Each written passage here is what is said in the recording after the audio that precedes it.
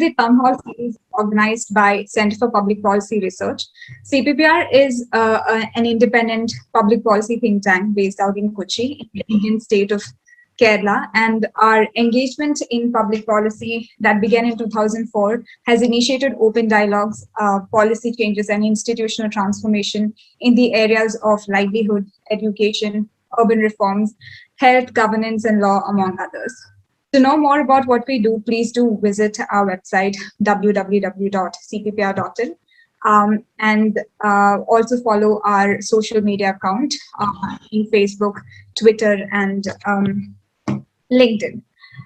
This town hall series is a live virtual discussion forum for leading minds across the globe to converse and critique the state of public policy in India and abroad as well. I am Nissy Solomon, Senior Associate Research, and I'll be the host for the evening.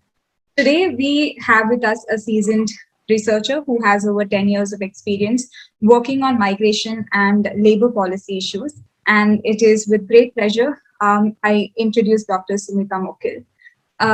Dr. Sumeeta is a senior research fellow at the International Institute of Migration and Development. She holds a PhD in economics from Jawaharlal Nehru University, New Delhi.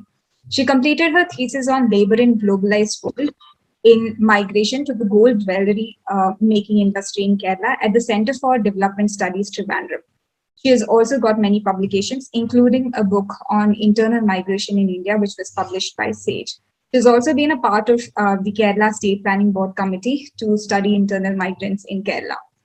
Welcome and thank you so much for accepting our invitation. Today, we will be discussing and deliberating on the growing debate on migration and inequality in the context of COVID-19 pandemic. For most of history, migration has been a commonplace where people move in search of better economic opportunities. But over the recent years, the intensity and the pattern of labor migration has been expanding. And despite economic growth and improvements in standard of living, there remains an enormous gap between the haves and the have-nots. And a lot of this growth is still not deeply shared. Trends in labor migration are defined largely by economic conditions and policy orientations in destination countries. Up until 2019, labor migration in Asia continued to respond to labor demands in the destination countries. But in the year 2020, the common drivers of migration got disrupted by the global pandemic. COVID has also exposed inequities in work, healthcare, housing. It has increased existing inequalities in wealth, gender, and race, all of which demands creative policy solutions. And in this town hall series, we hope to uncover these pressing issues by understanding the patterns of migration, growing inequalities, and also discuss how effective public policy can make changes in the migration inequality debate. A note to all the participants before I hand over to the speaker. You may type in your questions to our speaker in the chat box below, and those joining from YouTube live can comment there. Our team will direct the questions to the speakers. So you can follow our live tweets and share your thoughts using the hashtag CPPR TOWNHALL. I will now hand it over to Sumeeta ma'am. Thank you so much, Nissy. Thank you for those kind words of introduction. So whatever I've been doing a lot of work on migration and labor policies. So research, as we know, has many dimensions to it. So not only it's not one unidimensional. It is neither can migration be defined by linearity. So there can be a lot of debates or questions that can be raised through the topic. I am just throwing open the floor for different kinds of ideas. So I'll start sharing my screen, and whatever ideas I feel is very relevant to the COVID-19 pandemic and the growing inequality migration debate is what I've tried to present today. So just to remind the audience about the title, and what we discussed today is the COVID-19 pandemic and the growing debate of inequality and migration. So let's see.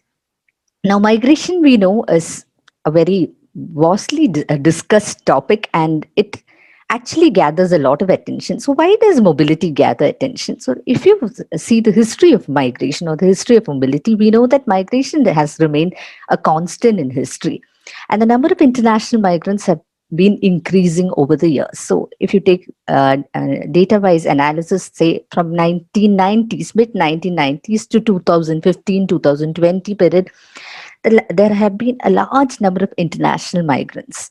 And here, in this context, I would like to point out that, again, closely observing mobility, we see that South Asia has the vast share of internal migrants. South Asia has the vast share of international migrants. And broadly, we can categorize South Asian migrants into two sets. So, one would be the highly skilled migrants, mostly migrating to the Western countries. And the next would be the semi skilled and the less skilled workers migrating to the Middle Eastern countries. So these are the broad patterns we have observed so far.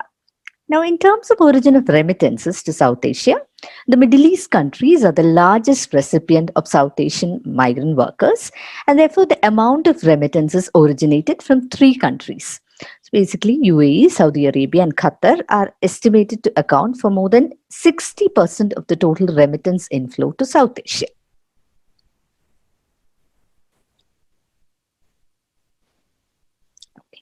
Now, why remittances become a very important or a main driver of international migration? Now, what do we mean by remittances? I'm sure all of you would know what remittances are, but just to put on record, remittances are nothing but personal cash transfers from a migrant worker or an immigrant to a relative in the country of origin. So it can be in the form of funds invested, deposited, or donated by the migrant to the country of origin. Now, from 2000 onwards, if you see, or from the mid 1990s onwards, we see that mostly remittances are used for food, education, improving housing, and healthcare. You also find that remittances now is being reinvested in the country. So that needs to be studied more, but there are schemes which allow remittances to be used more in the country. Now, till 1970s, if you look at the impact of remittances, it was seen as increasing conspicuous consumption in economic terms, which we say is just consumption of luxurious items or electronic goods, and in remittance receiving countries. But towards end of 1970s, it was as focus changed and shifted to the use of remittances for investment purposes. And soon remittances were substituting international aid in developing countries. That becomes a very important driver in economic terms. Okay. Now, the inequality debate. How do I place this inequality debate with migration? Now, viewed separately, how did inequality debate gather so much attention worldwide? Now, if you look at the Sustainable Development Goals of the UN, the 10th goal of sustainable development is reducing inequality within and among countries.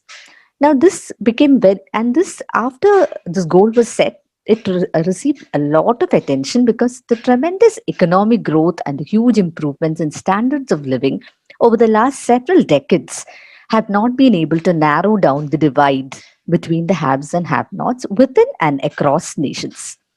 Now, this again is problematic because highly unequal societies are less effective at reducing poverty than those with low levels of inequality. They also grow pretty slowly and they are not successful in sustaining the economic growth they have attained. Now, disparities both in health and education. So, when your access to health and education is restricted, it is very challenging for people to break out of the cycle of poverty. And this leads to a transmission of disadvantage from one generation to the next. So that is very important. So that is where actually policy changes become very important that we will go towards the last. Now, my referral point for all these debates has been two important works, one by Stiglitz in 2013, which is The Price of Inequality, which is more of a US based work, but still it throws open a lot of debates on how education changes or how policy interventions can bring about changes in migrants' livelihoods or intergenerational, how it can ensure intergenerational mobility of income. And Piketty's new book, Capital Ideology, again discusses that internationally if you look at the history of nations, it is important to see that education as well as reducing inequality, these are the two important things that nations have taken to be the important drivers of growth, and that actually makes a difference in their growth patterns. Now, while remittances naturally will improve the material well-being in the sending countries, the change in consumption patterns has been observed in regions with more migration, and it has increased conspicuous consumption because uh, more of electronic goods, gold, the gold market expanded, real estate market, all these expanded at a fast pace. So within countries also, between migrant households and non-migrant households, this inequality started to develop. That is an important point. Now, how can we associate migration and inequality? Migration and inequality are two vastly debated topics. How do we look at this? Now, economists often point out that inequality depends upon the distribution of two things, basically financial and human capital. And the present crisis due to the pandemic will not lower the income gap sufficiently to reduce migration pressure. So, you migrate from a low income country or a middle income country to a high income country naturally because of the income differences. Income is considered to be the first and foremost important driver of migration.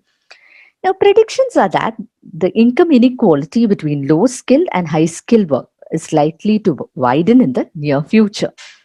And migrant workers in this context is extremely vulnerable, as Nissy pointed out in the introduction itself, that more than native born workers, they are prone to lose their jobs as well as wages during an economic crisis in the host country, because mostly they are in the contact sectors, so in the service sector, hospitality, construction, uh, and sectors like that. So they are in precarious employment or employment, and therefore this the their income loss or the impact of the pandemic will be felt more by these people. Now, what are the kinds of migration and patterns of migration? So, I've just broadly picked up because we need a quick discussion. The patterns of inequality again can be identified through the kind of workers, right? So, through different streams of work, which means you can have skilled or semi skilled workers, and their remittances patterns would be totally different. And also through different identities of workers. So, you have male workers, single male workers, or you have workers migrating with their family, you have women workers. So all these kind of workers are there. So it depends on their worker identity. It also depends on the nature of work. Maybe it could be temporary or permanent and semi-permanent work. In this context, another important kind of work is the care work or domestic work, which has recently received attention in literature as well as policy making, where women are migrants and actually very vulnerable because pandemic time they had absolutely no access to healthcare facilities, or they did not even know where to report for getting vaccinated and issues like that. So patterns of inequality basically through three streams. Now, as I said, uh, we are interested in the South Asian migration patterns. We've picked up India and Sri Lanka. The South Asian case, India is very important because the migration pattern in the select South Asian states is different. In each South Asian state, it's slightly different because in the Indian case, we see two main streams, which is migration to the Middle East, semi-skilled and less skilled, and highly skilled workers. So that would include doctors, nurses, and other professional workers. Sri Lankan migration is a very interesting case because it has more number. Sri Lanka has more number of women workers migrating to the large number of women workers migrating to the Middle East as housemaids. So it started as a phenomenon in the 1980s itself, and 84% of migrants from Sri Lanka were women by the end of 1990s. Now, majority of these women workers were employed as maids or domestic helpers in Kuwait and Saudi Arabia. And the male workers were mostly skilled workers. So, male workers were skilled workers from Sri Lanka. Now, a study by IOM, International Organization of Migration, shows us that though migrant women in the Gulf earned more than women, and migrant men earned more than women and saved more than women, but in Sri Lankan case, the women better utilized their savings and invested in small enterprises like grocery stalls and animal husbandry. So they had that again translates from migration to empowerment. Now, in Pakistan, migrants mainly go to the Gulf Cooperation Council countries. So about 96 of the migrant population is with Saudi Arabia and United UAE, and the remittances by migrant workers to Pakistan reached to 1.84 billion during 2019 financial year. Now, this is very, very important because remittances patterns were predicted to decline. Okay, by more than 40% by the World Bank, but that did not happen so because most of the South Asian countries have been resilient to the pandemic in case of remittances. That is the immediate impact, but we need to see the impact in the next 2 3 years. That would be different. So Pakistan have also launched different tax incentives for my remittance service providers. So that is why their remittance flows have increased during 2019. Now, the South Asian experience also shows us that there is a lot of success story of short-term international contract migrants, which is again encouraging members of poorer communities to mobilize resources through high-interest loans, dowry, or by accepting bonded labor situations in order to migrate. Now, this is again another study by World Bank in 2009, which shows that migration, even though it is a very difficult process, people get through uh, migration through, so it's basically debt driven. So international migration, therefore, is more from middle income countries than rather than very poor countries. So that is another feature of migration in South Asia. These are some of the points for discussion. Now, the impact of the pandemic, the immediate impact of the pandemic, as we all know, was a lockdown in different parts of the world, then reduction in remittances. Naturally, there was a natural reduction of remittances, and there was also a lack of work for returning migrants. Here, I would like to point out that migration during the financial crisis of 2008, also migrants' jobs were affected. But what happened then was they migrated to different kinds of jobs. Here, during the pandemic, it's a different kind of situation because now jobs are no longer existent. So the non-existent of existence of these jobs, which the people were doing, has made situations worse for the workers. Also, these well-traveled migration corridors, which we do not discuss much in detail, that is Nepal to India, Bangladesh to India, Afghanistan to Pakistan, because in terms of remittances, it's less. But all this has been disrupted due to the pandemic because naturally the movement has been disrupted. Almost half of all international migration from South Asian work in GCC, Gulf Cooperation countries, and they are engaged in oil industry, construction work, and related work. Now, the outbreak of the pandemic, coupled with a fall in the oil prices in the first 4 months of 2020, reduced the economic well-being of migrants, especially in the Middle Eastern countries. This is with respect to migrants in the Middle East countries. And for these migrants, the process of getting into a new country involves paying subagents. There is also collusion between brokers, kickback payments. All this make them vulnerable to debt. So already they are in a debt circle, which is actually making their position very, very weak in the labor market because once they lose their jobs, they cannot just come back because they have to pay back this debt. And many of them remained in work without adequate health precautions and social distancing, either because they were not provided health gear or protection masks, and also because they did not want to quit their jobs. And it was very difficult for these migrant workers, especially semi-skilled workers, to practice social distancing as they lived in cramped spaces in labor camps. Also, let us see the attitude of employees towards migrant workers. So, a recent study by the UNICEF shows us that even though in the Middle East, in the Gulf countries, the government had provided incentives to private players to compensate workers. None of the foreign workers or guest workers received compensation on time. So, most of the workers were unpaid during the time of the lockdown. It also resulted in Gulf countries. It also resulted in deporting of workers, especially Nepali workers, in large numbers in the pretext of testing for the COVID-19 pandemic. The shutdown of operations has also been a huge blow to the migrant workers, especially the shutdown of construction work, tourism, retail, hospitality, and garment work, where migrants are employed in large numbers. Now, this loss of jobs again led to a decrease in remittances. So, this is pure economic logic that a loss of jobs will lead to a decrease in remittances, which reduce the standard of living, and it has poor nutrition and health outcomes. So, way back, the families back in the countries suffer because of poor nutrition and health outcomes.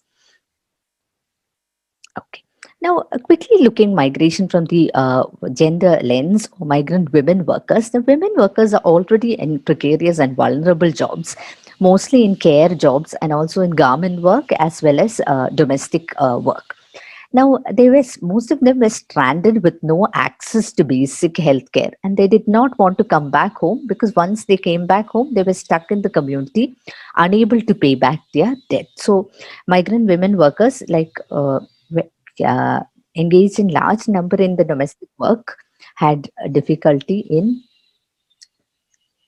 count during the pandemic period. Now, let us also look at the policy interventions that can have positive effects. And this is something that is important. Now, migration as a phenomenon and international migration is vastly debated, and often the policy interventions can have positive effects. Just like I mentioned earlier, that enough policy interventions can improve intergenerational outcomes. There is also a lack of measures to protect return migrants. So, South Asian countries were not prepared to accept, they were ready to take in migrants, but they did not know what to do with return migrants. So, they were totally unprepared for the crisis. And another important point is migration becomes a very important political tool because the pandemic is seen as was seen by some countries as a political tool to extend border control. They made border control more strict, more stringent, so that even asylum and refugees were not taken in during the pandemic time. So, what we need actually is a long-term policy intervention. So, immediate policy in like uh, a short-term policy with no a short-term policy actually does not have much effect in the case of migration. So what we need is actually a uh, long-term policy intervention, and this would improve financial. This would actually improve the condition of workers and also help us to streamline my remittances in a proper way. So, because one important thing why I talk about policy intervention is most of the wage theft cases have tripled during April, July 2020. Now, wage theft cases means inability or unpaid workers are not paid wages on time. So, during the COVID-19 pandemic period, wage theft cases were reported tripled in April, July 2020 period compared to the last year, same year last year. Also, I would like to point out that migration has different implications for across countries, and therefore, a well-informed policy with data is very important to make changes or positive effects in uh, migration, so that our inequality can be reduced, and therefore access to both education, finance, and health can be improved. So I think that's it.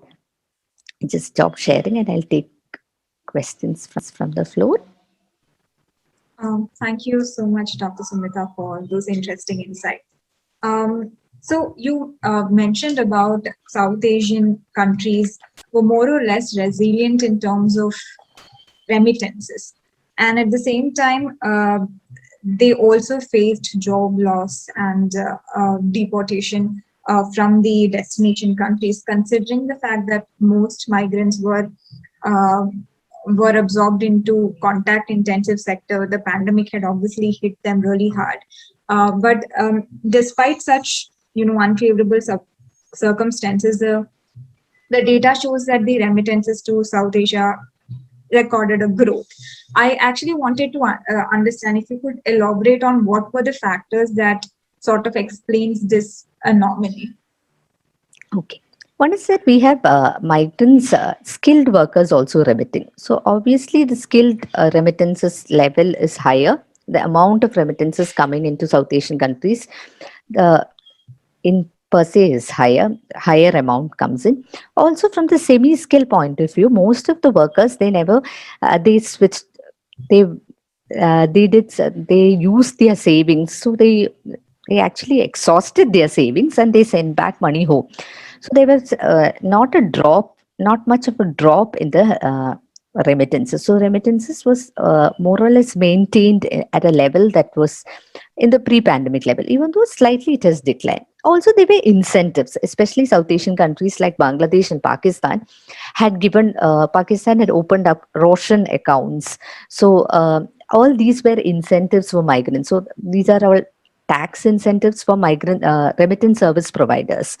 Also, certain fees where the remittance service providers said that they this they earlier they had availed certain fees for certain transaction costs. Actually, the transaction cost for remittances was reduced for nearly 4 or 5 months. But the problem now is that most of the migrants have returned. About nearly 5 lakh migrants have returned back, have registered for return to the state of Kerala alone. So, in the next let's say 11 to 12, 10 to 11 months, we will see the real impact of the pandemic, because then there is a chance that remittances, also people going back do not have their jobs. It's, the immediate effect has not been much, but long term effect will be more, is what. Okay. Yeah. Also, speaking about the remittances, I wanted to know how much of these remittances are actually moving towards uh, productive investments. Because in the absence of it, any form of crisis in the host country will push the households back into poverty. And you also mentioned about conspicuous consumption pattern seen among the households. So um, the question is, how much of these investments are going towards productive investments, and if in case the productive investments are not as high as it should be, what are there any policy levers or incentives that can be sort of adopted to make that shift happen? Okay. Now, with whatever data we have RBI segregated data for states. For states, we have, okay, this is the share of their remittances, but we actually do not know how much of remittances go uh, for certain kind of things. Now, even within India, we have very less data among states how are these remittances used, except for maybe Goa, Punjab, and Kerala. So, most of the remittances is used. Kerala Migration Survey from 2018 onwards will give us data. So, most of the remittances are used for education, for access to health, as well as for real estate. So this is evident in certain states' growth patterns, states which depend on remittances. Otherwise, when we look at also it is a very important. It's a cushioning kind of mechanism, because you don't have employment here, you are depending on employment somewhere else. So basic wages are going in for our Kerala Migration Survey data points out that most of the migrants use migration as a means to improve their education, health, as well as construction of houses.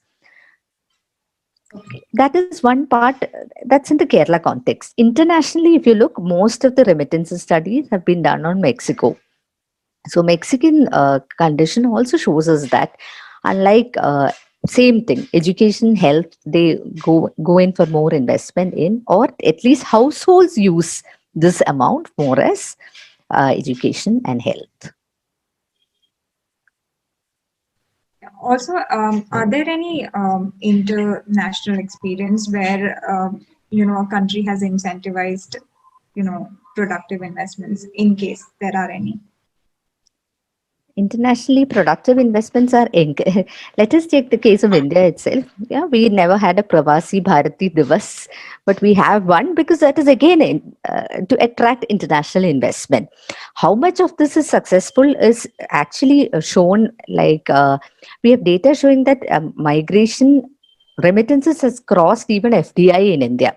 Like post 2009, the value of remittance is more than the FDI. So Yeah. that itself points out that it's very important. And how much of it we are channelizing, I'm not very sure. But still, at least our healthcare or education reflects certain benefits of remittances. Okay.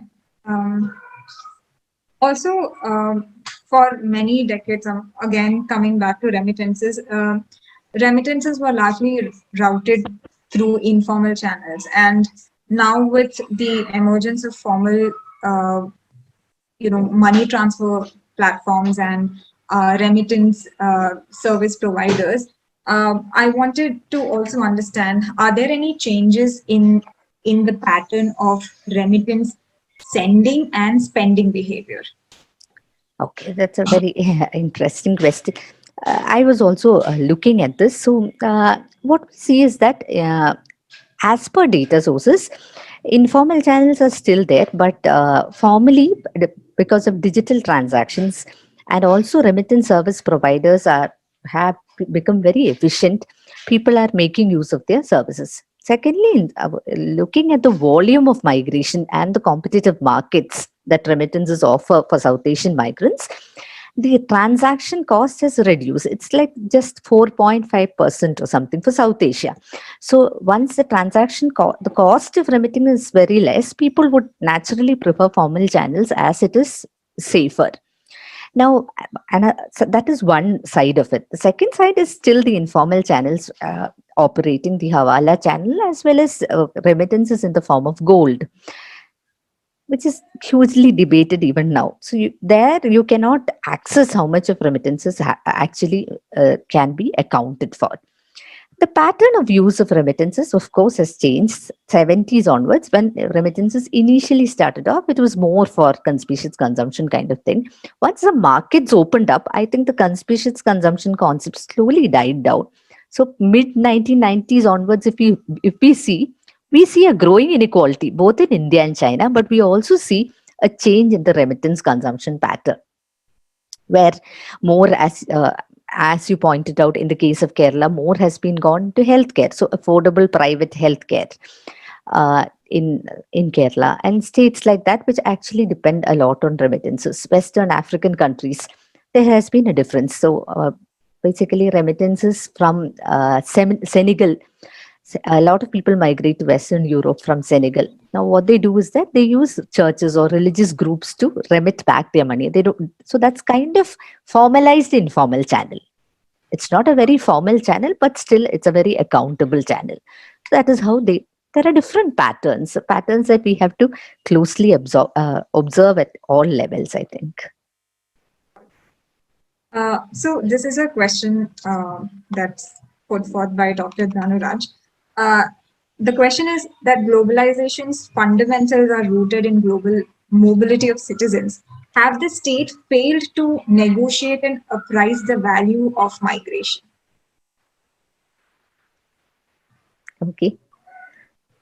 So, should I take all questions and then answer on Issy or?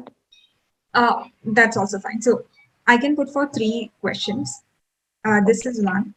Okay. The second is that there are predictions, as you mentioned, that the income inequality between low skilled and high skilled are likely to widen in the near future.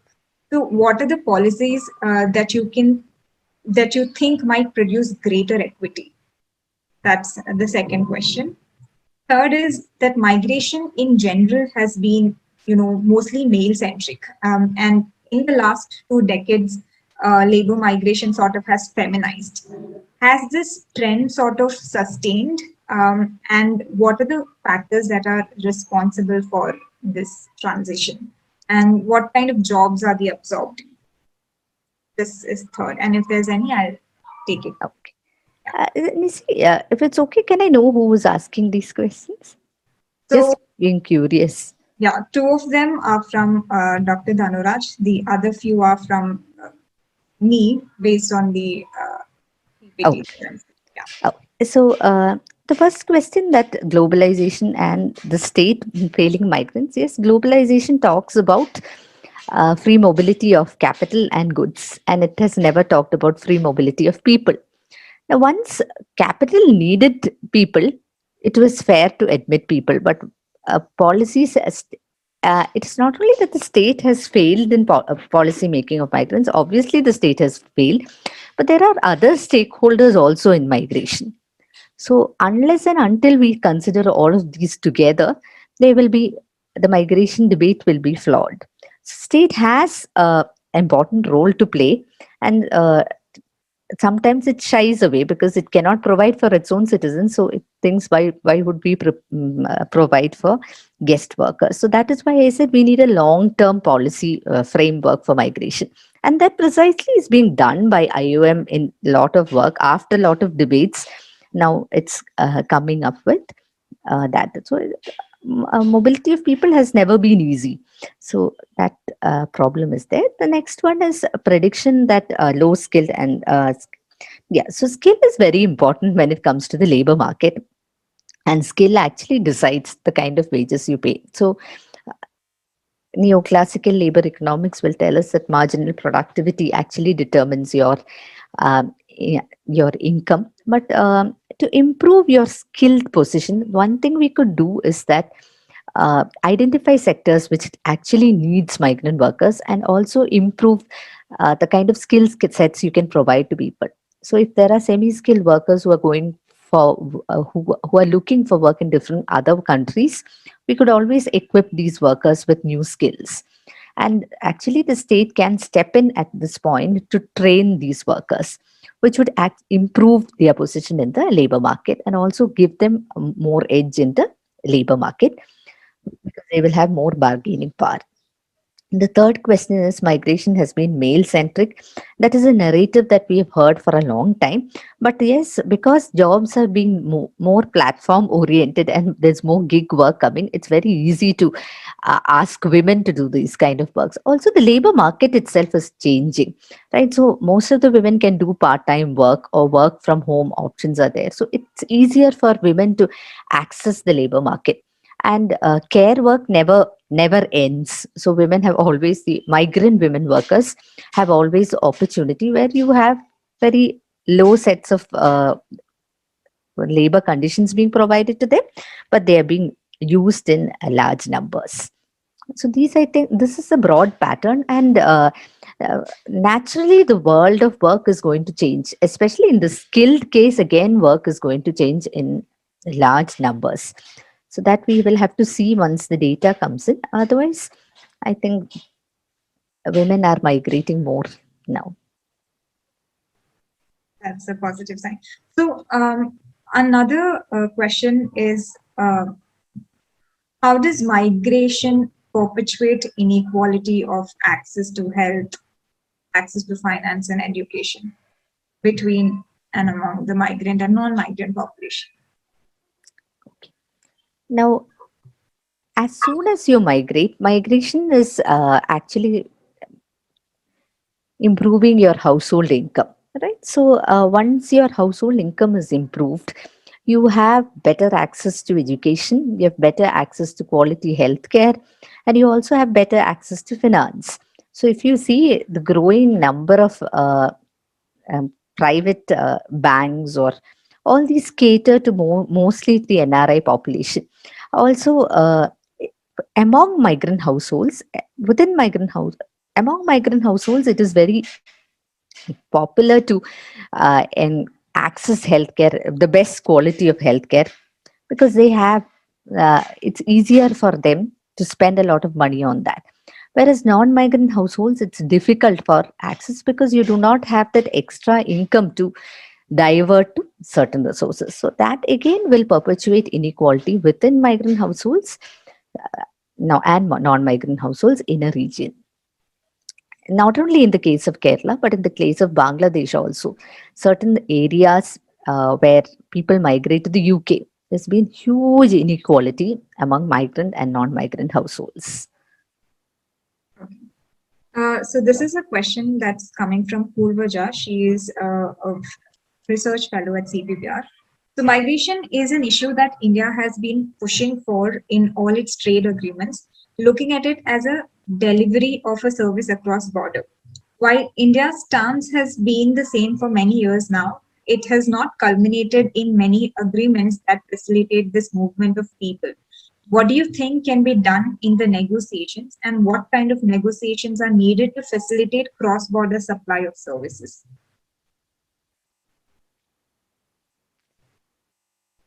You see, Yeah. that question was like my term paper questions. Could you just read it for me once more? Yeah. So I can ask Purvaja to. Yeah, yeah. Just Purvaja, if you're online, please raise the question.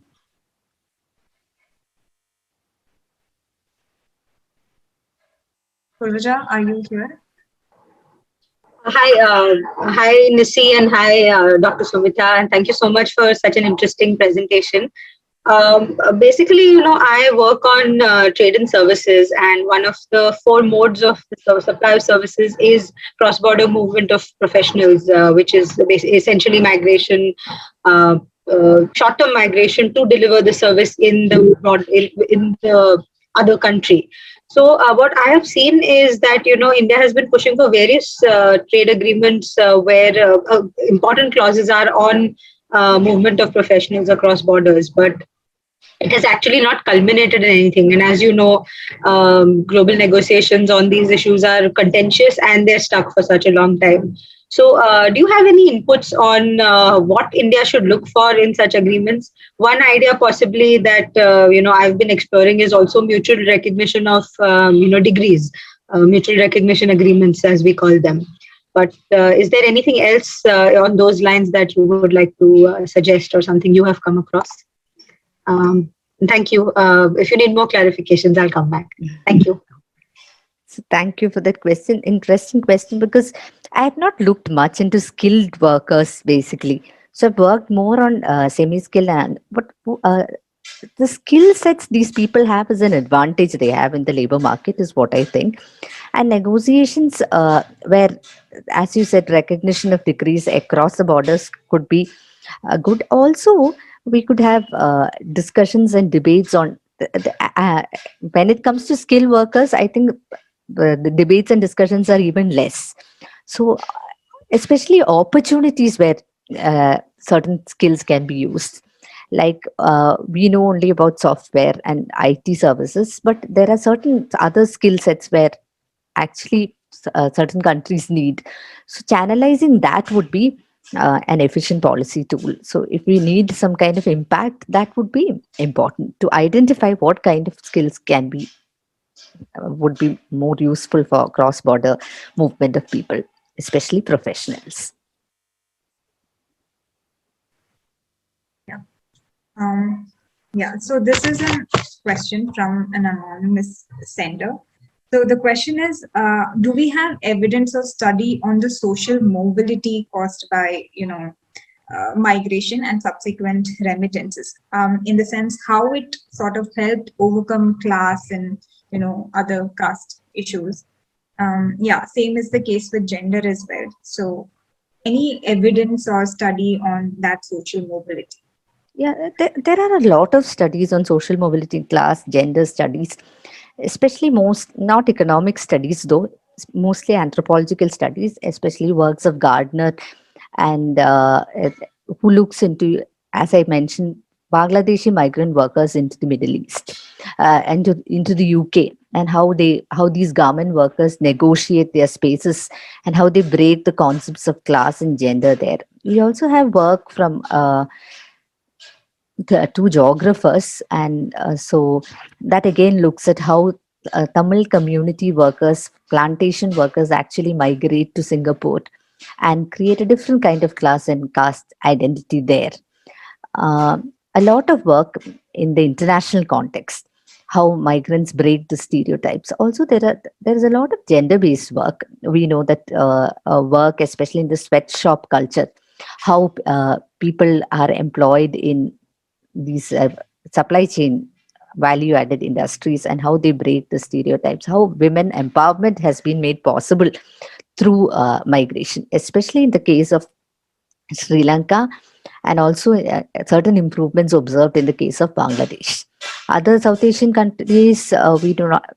we have a lot of work on Philippines, Southeast Asia, how they break the gender stereotypes when they migrate to other countries for care work. They have in Philippines case also, the state has recognized, the state has actually trained these workers, and they've been part of ILO conventions from long back. Even when India was debating whether to sign it or not, domestic workers were protected by the state, and the state had trained them certain kind of work. So Philippines domestic workers were in much demand in the Middle East countries, and this has had an impact back home. There are a lot of work, though sadly economists don't do work on that. I don't know why. Yeah. So here's another question from Ritika. She is a research officer here. So the question is, when you talk of long-term policy for migration, does that mean security for migrants when they come back, or improving their conditions to work in other countries? And what are the indicators of long-term? Okay. Thanks, Ritika, for that question. So, what I mean by that is, when you go to certain, like for example, take the policy of age for women to migrate to the Middle East as domestic workers. This has caused a lot of illegal migration in India. The moment you put that age cap, people tend to migrate illegally. And then migrating illegally means when the pandemic had struck, most of them became very vulnerable because you are not on paper and nobody knows that you have migrated. So it creates a lot of problems.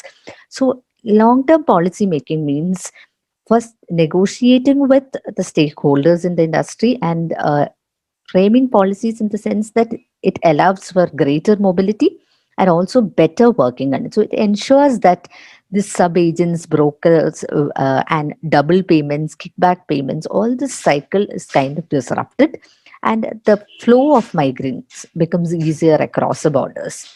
That these are the two things which I meant. And of course, return migrant policy is absolutely absent in most of the countries.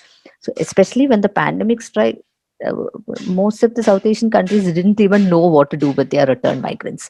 They need a policy because they've been, when they come back, they do not know what to do. So that also should be kept in mind. That is why I said long term, so that immediate policy measures, like immediately you give them some aid to do something, it's just like a band aid. So that will not create any kind of positive impact on the economy, even though it might help in short term corrections of the economy. Yeah. Coming to the Kerala state of Kerala, because it's a remittance based economy, as we know, um, and there are a lot of studies that talk about how inequality has increased because of remittances, and at the same time poverty has also reduced because of remittances. And this is one connected question which asks that consumerism has helped the economy like Kerala to grow from service sector um, angle. So there are data that says that Kerala has even bypassed the manufacturing sector and has, in fact, shown growth in services due to remittances. And this has also improved the living conditions. So, is this not a result of remittances? And in that case, did it not bridge the inequality on a comparative scale if we look for a decadal data? The question. Yeah, inequality debates have been in Kerala for a long time because, as you said, we have a unique pattern. So we have had high levels of unemployment and poverty reduction because of remittances inflow, and also over the years an increasing inequality pattern. This is basically because if we observe data across the years in Kerala, looking at remittances data, we find that from early 1917s onwards, that entire concept of the Gulf being transported to Kerala, and the entire consumption pattern of the state changed. So we had all kinds of consumer culture happening in Kerala, and a lot of money being pumped into uh, consumption expenditure. Now, all this once this happened, Now, the access to, as I said, the access to certain services has started being restricted to migrant or people with money, basically, so or migrant households. The moment you restrict your access, then the inequality among migrant and non-migrant households will widen. So that is what has happened over this last 20 years. If you observe, earlier it acted as a very important measure to reduce inequality, to reduce poverty. So immediately our net state domestic product rose up 26% once remittances came in, and also an unemployment rates reduced. All this was seen as a good sign, but once consumption patterns were established, it was difficult to dismantle them, and therefore that consumption pattern has again led to inequality.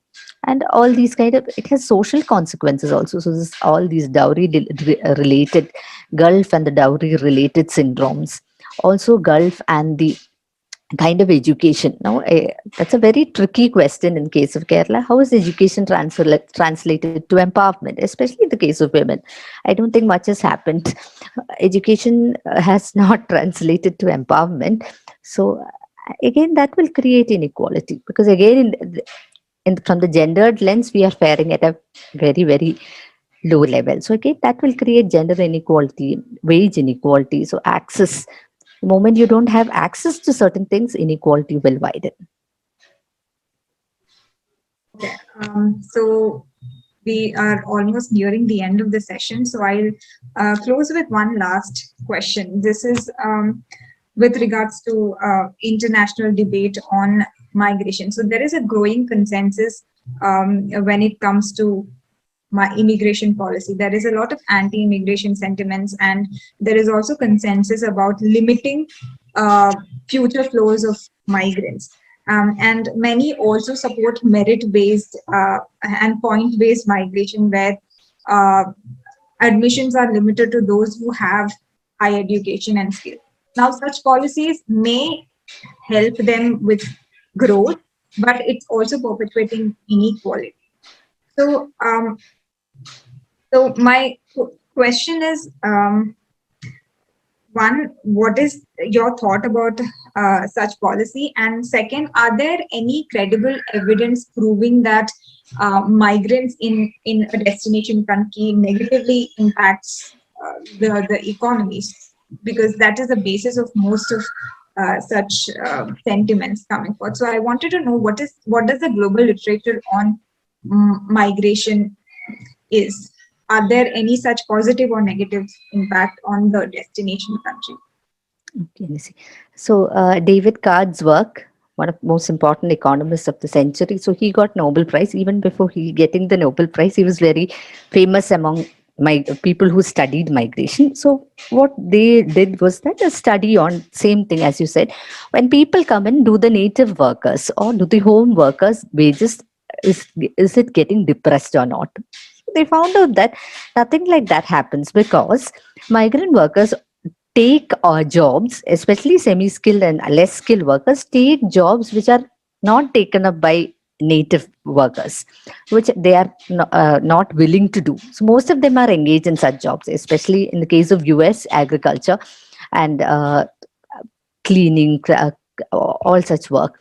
So when migrants come in, they are not depressing wages at all there, but they might affect wages in a small way in jobs where they are competing, even in the case of semi-skilled workers. Now, for skilled, this is a great advantage actually, migration, because the moment you allow in for skilled workers, there will be a lot of innovation as well as a lot of competitive pressures for the economy to grow. So, from a skilled workers' point of view, it's encouraged, and they also say that from semi-skilled and unskilled or less skilled workers' point of view, also migration is good for the economy, because ultimately it helps for the growth of the economy. But the rightist narrative is that migration can lead to a lot of problems, and therefore there is a lot of border control. So one thing is that it's a kind of populist policy, because you are diverting your attention from other important issues and turning into migrants. It's not that migration actually is very important for both the destination country as well as the host country, because both these countries gain in terms of income growth as well as in terms of innovation as well as knowledge and technology. Thank you so much, Dr. Sumeeta, for these wonderful insights and for taking us through some of the pressing issues around migration. So we've come to the end of the session, and I would like to thank all the participants who've logged in and who've been intently listening to the conversations and also for actively participating with your questions. With this, I would like to formally close today's proceedings. Yeah, thank you, everyone. Uh, Good evening and goodbye. Thank you so much to all participants, and Nissy, thank you very much. Okay.